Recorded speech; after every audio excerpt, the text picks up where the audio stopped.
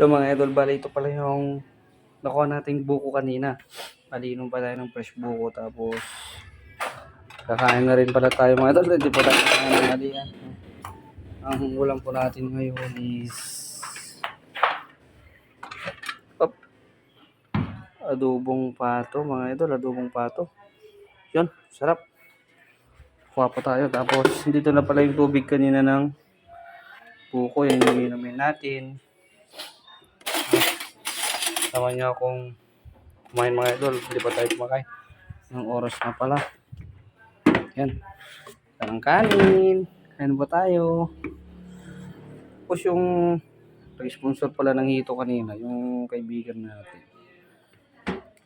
Pulutan daw mamaya. Yan. Kunting kanin lang mga idol. Saka ng ulam. Yun.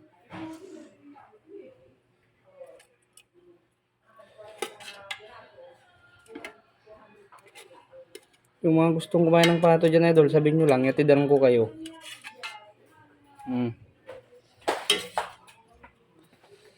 Yan. Barako pala to idol, kay pre-sure cooker na kanina. Dahil barako siya.